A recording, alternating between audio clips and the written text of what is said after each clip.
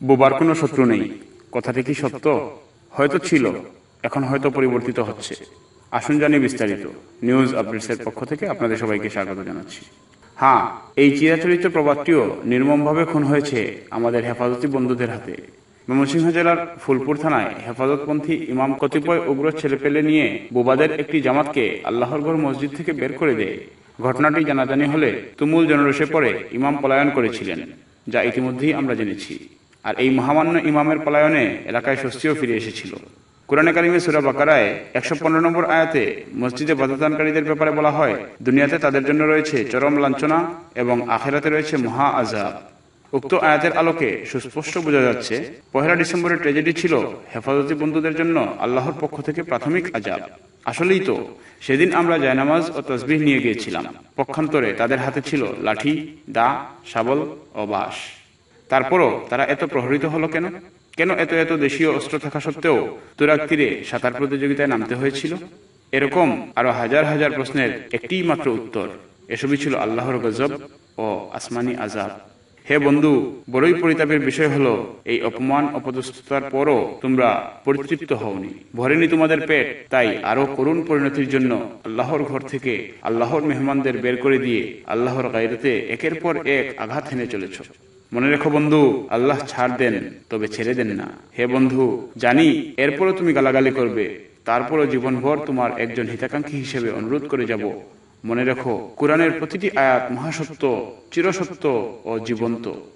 বিশ্বাস করো, আল্লাহর চিরাচরিত নিয়মে কোনো পরিবর্তন নেই। জীবন্ত কুরআনের উক্ত 115 নম্বর আয়াতের সফল প্রয়োগ হয়েছে 1 ডিসেম্বর। যা দেখার পরও কেন তুমি ক্ষান্ত হচ্ছ না? তুমি তো জানো, বনি ইসরাইল সরাসরি আল্লাহর আযাব দেখার পরও নবীদের বিরোধিতা করতে থাকতো। জিদ করো না বন্ধু, জিদ করো না। জিদ মানুষকে অন্ধ করে দেয়। বনি ইসরাইল জিদের কারণে অন্ধ হয়ে গিয়েছিল, তাই সত্য কবুল করার যোগ্যতা হারিয়ে ফেলেছিল।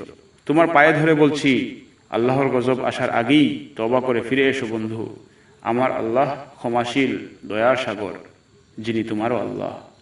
পরিশেষে একজন মাদ্রাসার মুহতামিম সাহেবের ছোট্ট একটি কথা দিয়ে শেষ করতে যাচ্ছি।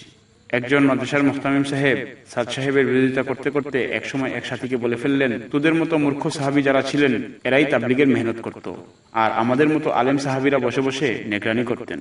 নাউযুবিল্লাহ। এই কথার বিচার বসে বড় একটি মাদ্রাসায় উপস্থিত সাক্ষীদের 10 বার স্টেটমেন্ট নেওয়া হয় এবং বক্তব্যে ফাঁকফোকর খোঁজা হয়। শেষে অপরাধীকে জিজ্ঞেস করা হয়, উনি তার বক্তব্যে বলেন, কথার ধারাবাহিকতায় এই ধরনের কথা চলে আসছে, এই বলেই বিচার শেষ। প্রতিহিংসা আমাদের কোথায় নিয়ে যাচ্ছে? স্বঘোষিত মুফতিরা ফতোয়া দিচ্ছেন, যারা সাদ সাহেবকে আমির মানেন তাদের বাড়িঘর ছাড়া করা হবে। আমার কিছু ভিডিওর নিচের মন্তব্যগুলো দেখে আসতে পারেন। আমাদের তরুণ আলেমদের মন্তব্যের ভাষা দেখে মনে হবে এরা গালাগালির জগতে অতীতের যে কোনো জাতিকে পিছনে ফেলে দিবেন, অথচ আপনি জানেনও না। আমি নিশ্চিত, ইনশাআল্লাহ, আল্লাহ তৌফিক দে, আপনি যতই গালাগালি করুন, কোনো গালির উত্তরে গালি দিব না, বরং আপনার জন্য থাকবে আমার পক্ষ থেকে মিঠাইয়ের থালি। তারপরও আপনাকে বলবো, আপনি অবশ্যই কমেন্ট করবেন, কারণ আপনাদের গুরুত্বপূর্ণ কমেন্টগুলো আমাদের পথ চলার পাথেয় হিসেবে থাকে। এবং এই সমস্ত পজিটিভ ও সমস্ত নেগেটিভ কমেন্টগুলোর পিছনের ব্যক্তিদেরকে আমি অশেষ শ্রদ্ধা জানাই, এই জন্য যে ওনারাই আমার এই ভিডিও এবং এই চ্যানেল পরিচালনার মূল চালিকা শক্তি। তবে এক্ষেত্রে আপনাদেরকে ব্যতিক্রমধর্মী একটি কথা বলতে চাচ্ছি। সবাই যে বকাবকি করছেন তা কিন্তু নয়, তার মধ্যে অনেক গুরুত্বপূর্ণ এবং বাছাইকৃত কিছু কমেন্ট আছে আমাদের ভিডিওর নিচে, যা দেখে আমরাও অনুপ্রাণিত হই এবং এরকম গুরুত্বপূর্ণ কমেন্টসগুলো নিয়ে আগামীতে আপনাদের সম্মুখে ভিডিও আকারে উপস্থাপনের চেষ্টা করব, কমপক্ষে সপ্তাহে একদিন। প্রিয় দর্শক, এই গুরুত্বপূর্ণ ভিডিওর নিচেও আপনি আপনার গুরুত্বপূর্ণ কমেন্টগুলো জানিয়ে আমাদেরকে কৃতার্থ করবেন অবশ্যই। পাশাপাশি এই গুরুত্বপূর্ণ নিউজটি অন্যের নিকট পৌঁছে দিয়েও আমাদের সাথেই থাকুন। এবার নিজেই বিবেচনা করুন, আসলেই কি বুবার কোনো শত্রু নেই। দেখা হচ্ছে পরবর্তী কোনো নিউজ আপডেট। সেই পর্যন্ত বিদায় নিচ্ছি।